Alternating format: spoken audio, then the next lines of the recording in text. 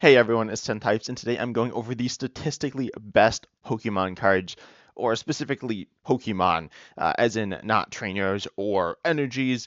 If we look at trainers or energies, it gets really, honestly boring. But we're going to be taking a look at the 10 best Pokemon based on win rate in based on the Play.Limitless data. And the Play.Limitless database is super useful. It's what I use for a lot of my videos and it's really cool. You can just get access to the data. It's super easy, super fun, and I'm not sponsored, but it's cool, and it will be linked down below. If you have any questions about how I got the data and certain things I did with it, ask in the comments, and I'll answer that. But these are the top 10, and each card has been played over 100 games. I felt like that was a good cutoff. It was, I think, a few hundred cards, not that many. It's, I think, somewhere between 200 and 300. I remember that Dodrio, I believe, is on the list of the like over 100 games, exactly 100 games, I should say. And then Desune Zoric V-Star is just off. So I feel like that's a fair cutoff. These are okay cards that don't see that much play, but they see some play. And certainly most of these cards have more plays than that, though it's a really interesting mix. But let's just hop right in. Number 10, we got Spiritomb here, and I got the win-loss ratio or percentage in the top right-hand corner. At 52%, we have Spiritomb from Paldea Evolved. And this card has its ability Fettered and Misfortune. Basic Pokemon V in play. Both yours and your opponents have no abilities. And by the way, this is Twilight Masquerade standard format. So this card actually did have a glitch in the game that essentially auto-won you the game. That is not why this card is so high. It is high because it counters some really good cards, most notably Rotom V and Lumineon V. And this is interesting. Its play amount is not super high, but it's not super low either. It's a tech card as well, which is really interesting. And as we take a look at the cards on this list, it's really weird, right? Honestly, this sounds like kind of clickbaity, but the results will shock you. They shocked me, and they're very strange, but they kind of make sense when you think about it as well. Spiritomb is a tech card, and the people who are playing the tech card um, have a reason to include it. This is a card you probably shouldn't just be sticking in decks randomly, but if you have reason to use it and you can make good use of it, it is very powerful. And so it's really nice against Rotom V, which is a very powerful card in the game right now. And it's useful in a number of different decks, of course. It's useful in control decks, and this is really interesting. Normally, Pokemon that are just support Pokemon can be trapped in the active Pokemon in the active spot, but this Pokemon cannot because its attack fade out for only one colorless. So realistically, every deck in the game can very easily pay this. Even if your the control player puts down Temple of Sinnoh, you can just it doesn't matter. And it does 10, but then it says put this Pokemon and all cards attached to it into your hand, so it can't be boss trapped. And it also only has one retreat, and it's just really solid against control, which is nice. And then, of course, other decks that play Rotom V, like a lot of Stage 2 decks, Dragapult, Charizard, and maybe some other decks, but those are the ones I think of. And then also decks that play Lumineon V, which are a lot of different decks. Some decks include it, some decks don't. It's really personal preference, and of course, it depends on the deck you're running and what types of Pokemon sets you have. Notably, Luya plays it. That's, I think, the most I guess, notable or important one. It's very important to that deck as it's kind of an attacker and is a very crucial part of the engine. But Spiritomb is a really interesting card to see this high. 52% win rate might not seem that high. By the way, it is rounded to the nearest percentage, but um, they are not ordered by the rounded values. They're ordered by the exact values, but I just round them here. So you can see them easier. 52% is pretty solid, though. It's obviously only 2% higher than 50%, which is just completely neutral. But a lot of cards are below it. The ones that are higher it's really meaningful to be above 50% here.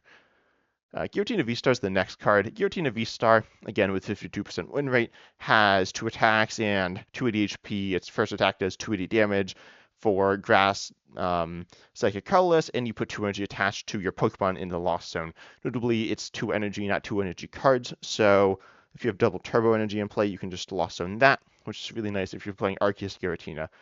Additionally, it doesn't need to be from itself, so if you're playing really any build of Giratina or any deck that plays Giratina, it could be from your bench Pokemon. So if you're playing a Regidrago V-Star, copying Giratina V-Star, then you are able to, you know, lost zone energy from your bench Pokemon. You're probably Ogerpon. It could be something else, but if you're playing Teal Master Ogerpon EX, which is I think the main way to play Regidrago V-Star, it's a bit of a mix of different things. You often see Regidrago V-Star playing uh, the Grass Ogerpon, Teal Master Ogerpon EX, as well as Gardenia's Vigor, but those are accelerating energies to your bench Pokemon. That might not be your Regidrago, so you can Lost Zone energies on your bench.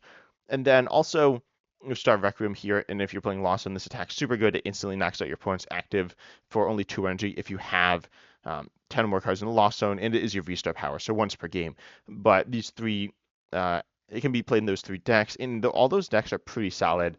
And also, they're not super highly played. They're not like rogue decks, any of them, and I think Arceus Giratina is like not super common. I would not describe it as a rogue deck though, and I don't think many people would.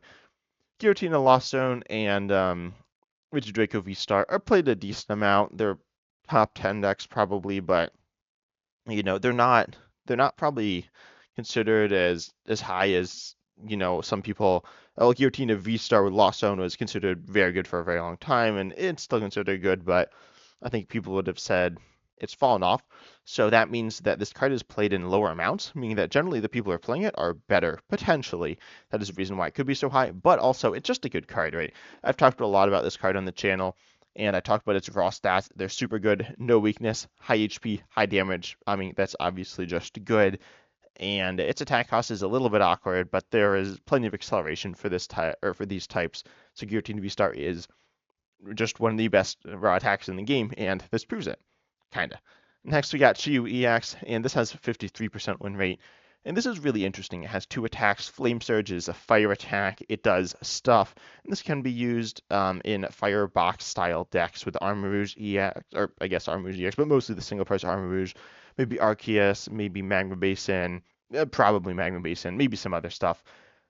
And so that's, a reason, I guess, a part of why it's here, but mostly it's here because it's played in Control and Stall and stuff like that.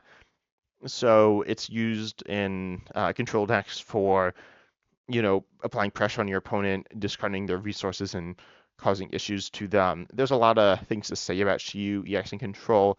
And I played a bunch of Control, not as much as some people, specifically Snorlax Control, which plays this.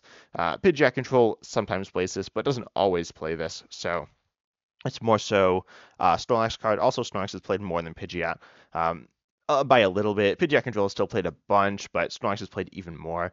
And Snorlax is a very solid deck, and the Flame Surge attack is not that important compared to Jealousy Singe, just milling 2 for 1 fire. It's low HP, isn't that big of a deal when you're sticking tools on to buff your HP, and also when your opponent's not really able to attack anyway. So Shu EX is very good. It's the replacement to Crabominable V, which is definitely better because it was a V, so you could Force Heal Stone, and maybe its energy cost was actually worse, but its HP was higher. It was generally better. They're both in standard format at the same time, and people played Crabominable V. But Crabominable V is no longer with us. That sounds really, really bad, but it rotated. And so Chiyu-X has taken its place and is still a very, very good top 10 card in the game. It's super good, and I'm sure everyone loves this card. I'm sure that's not true. I'm sure people don't like this card, but it's also it's just a solid card. And this is just win rate also. It's not weighted win rate, so if you're played 1 count versus 4 counts in a deck, it doesn't matter.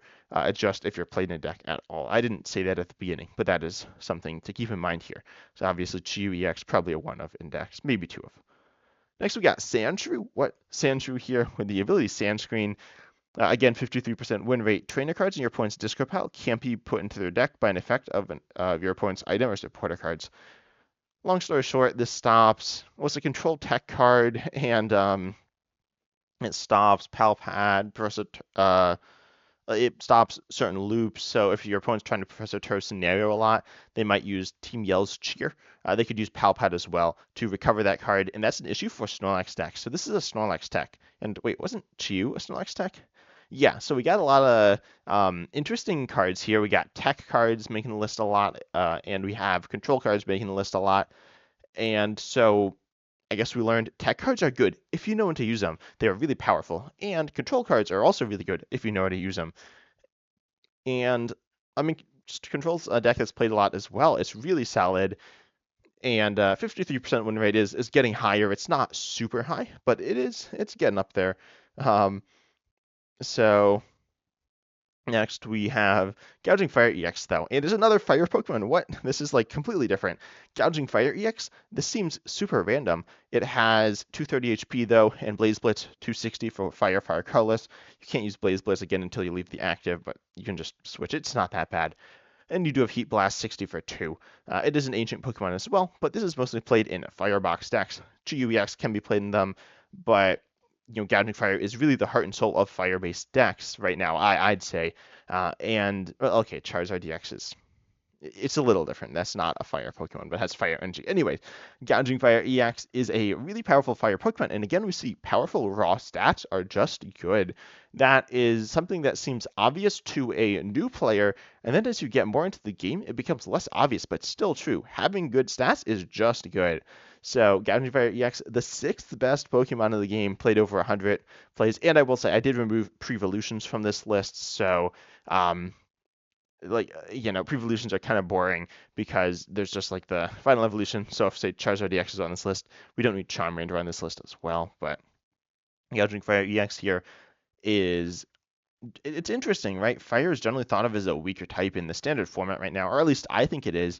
But clearly, Gouging Fire EX is really solid. 260 damage is just a lot, and you can do damage buffs through whatever. There are a number of ways. They're not super powerful or super easy depending on which ones you're doing, but they are apparently good enough, and Gouging Fire EX is really good. You can play it with Arceus and Armarouge and Chew EX and different things, but it still is very solid. Next, number 5 is Weird ERV. What? This is interesting. At 54% win rate, it has Frontier Road. When you play it from your onto your bench, you can switch into the active when this Pokemon moves from the bench to the active, you may move any amount of energy from your other Pokemon to it. And Size Field Bash just does for 3 colorless, though this doesn't really matter, 40 damage for each energy attached to this Pokemon. That can do big damage if you, of course, have a lot of energy. So what has a lot of energy? Well, we're looking at notably Lugia V-Star. This is a Lugia V-Star card. I'd say it's a tech option, but it's played a decent amount of the time. Certainly not all the time, but it's really powerful in Lugia V-Star, makes very good use of Jet Energy, and of course Lugia and Archeops. So you're able to hit massive damage with this 2-prize Pokemon. Again, high damage 2-prizes are coming in to be very powerful, and ones that aren't super awkward within the decks that they're played in. Giratina V-Star normally is pretty awkward, but pair it with Arceus or Regidraco. Regidraco is kind of awkward, but pairing it with Arceus or with Lost Zone, it's way easier to power up. Weird DRV, normally kind of awkward, but when paired with there are certain other decks like certain Ogerpon decks, but generally Lugia V-Star, you just use Lugia and Archeops, and this is just a ton of free damage. So it's being taken advantage of to just be really powerful in the situations where you need it. There are times when it's really bad, but just don't use it then. And you have lots of other options. So having a tech option here that's just very powerful is really good. So Weird V, really interesting. Even more interesting though is number 4, Drapion V. What? Drapion V? So when I saw this, I thought I don't know, I didn't know what to think at all. Drapion V is traditionally thought of as a Mew VMAX counter, but it is not a Mew VMAX counter anymore because Mew VMAX is not in the game. It's not so. It's not a Mew VMAX counter. What is it? Well, it's a tech for Lugia Archeops yet again, and this one does 190 for 4, and it has an ability that is literally useless because it refers to Pokemon that aren't in the game right now. But you also do self-damage. Obviously, self-damage is not good. It's not like, oh, some sneaky trick where you can do self-damage to get some really good buff. No, it's not. But 190, and it is a Darkness Pokemon. It can one-shot Gardevoir EX, and it is very good against that deck. Draw stats are solid, but being able to hit Darkness Weakness apparently is really good. And it is a colorless attacker as well. So most, colorless attackers are just colorless Pokemon, but this is not a colorless Pokemon. It's a Pokemon of a certain type that only uses colorless energy, and the attack cost, ignoring the ability, which, as I said, it doesn't do anything after rotation, which has already happened. Its attack cost is super expensive. I mean, 4 is very hard to pay, but with Archeops, you're able to pay it super easily. So now Drapion V is really good when it's used to counter certain decks. That's another tech card, and it's still really good. Number 3, though, we got Hawlucha. I don't know what to say about this one, to be honest. Hawlucha has its ability flying entry on play from hand to the bench. You can choose up to two of your, or you may choose exactly two of your opponent's bench Pokemon, put one damage counter on each of them. That is okay. It's free damage, but there are other cards that are free damage that aren't that high up. A lot of them are trainers, but I'm pretty sure they're not that high up. And Hawlucha, the third best card in the game, this is really weird. To be honest, I'm not entirely sure about this one, but I think it's primarily up here as a tech within, I guess, spread-based decks. You're looking at Lost Zone, you're looking at Dragapult, and potentially some other things. And with the spread decks, you're often coming up a little bit short. Dragapult EX hitting essentially 60 to the bench, and Sableye hitting 60 to 2 bench. It's not exactly that, but you can look at it that way. And then you can play Hawlucha from your hand to your bench to essentially be hitting 70. And with the card Buddy Buddy Poffin in standard format, searching out 70 HP basic Pokemon, this is really good. Shockingly good. Hawlucha, I'm really surprised that it's that high. And this isn't me like picking out the data. This is just me seeing the data, and this is what I saw. If you look at it based on play rate, it's exactly what you'd expect, but on win rate, this card is way higher than I ever could have guessed. But moving into the number 2 card, this is a fan favorite. It's Snorlax. What? Yeah, Snorlax. I talked about it earlier. It's back. Snorlax is the second best Pokemon in the game, and it certainly, you could argue it's the best. The highest Pokemon on this list, just going to say, has substantially less plays than Snorlax. Snorlax has a ton of plays. The top card here, and even like Hawlucha, Weird V, Drapion V, all have a lot less plays than Snorlax. Not that like they don't have any plays or anything like that. The top card though has, it's like 100 and something games, so it's certainly some, and the data is far from meaningless. But Snorlax, this is not a fluke. Snorlax is so good, 55% win rate. Again, doesn't scream insanely like broken, but it is. This card is so good. The block ability, if it's in the active, your opponent's active can't retreat. This card's so good, especially with Counter Catcher, Erica's Invitation, Accompanying Flute, Airy, Misfortune Sisters. I don't know. There are a lot of cards. The list goes on. I could honestly probably say like 50 cards that help Snorlax. Of course, they're not all in the deck, but there are a lot of really good control cards and really solid control cards. And Snorlax is this card's like super good. I honestly didn't think it was that good, but it's the second best card in the game based on just pure winning, and that's insane. Snorlax is really good. I knew it was good, and I actually played it to get to Arceus League this past month, and I literally got there in a day. Like I sat down for a few hours and got to Arceus League from Master League, so I won like 20 something games to get there. I think I went like 21 and 3 or something like that, and I just like won almost all my games. This card is just it's so good, and these are in tournaments. These are not people who don't know how to play against it. If you don't know how to play against it, you're gonna struggle even more. So on ladder, it's even better than this shows by a little bit. But Snorlax is super good, and I'm sure it's everyone's favorite Pokemon. But the number 1 Pokemon in the game, it's of course Milotic, right? I mean, everyone knows this. Milotic, best Pokemon in the game, with its ability mentally calm. Your opponent's Pokemon in play and all cards attached can't be put into your opponent's hand. This, counters all sorts of stuff. And obviously, I'm joking. No one like thinks of this card. I I knew this card existed. I knew it was like coming out in Twilight Masquerade. It's also a brand new card. I don't believe any of the other ones were from Twilight Masquerade, or were even that new. Most were pretty old, to be honest.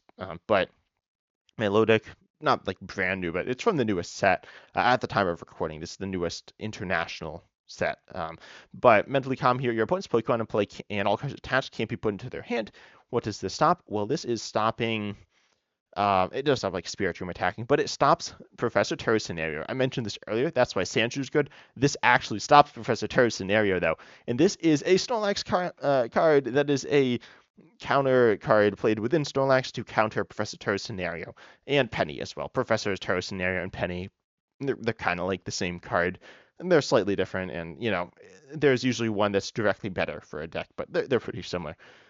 But Milotic here is yeah, this card is really really good. I mean, shockingly, I didn't believe it was that good.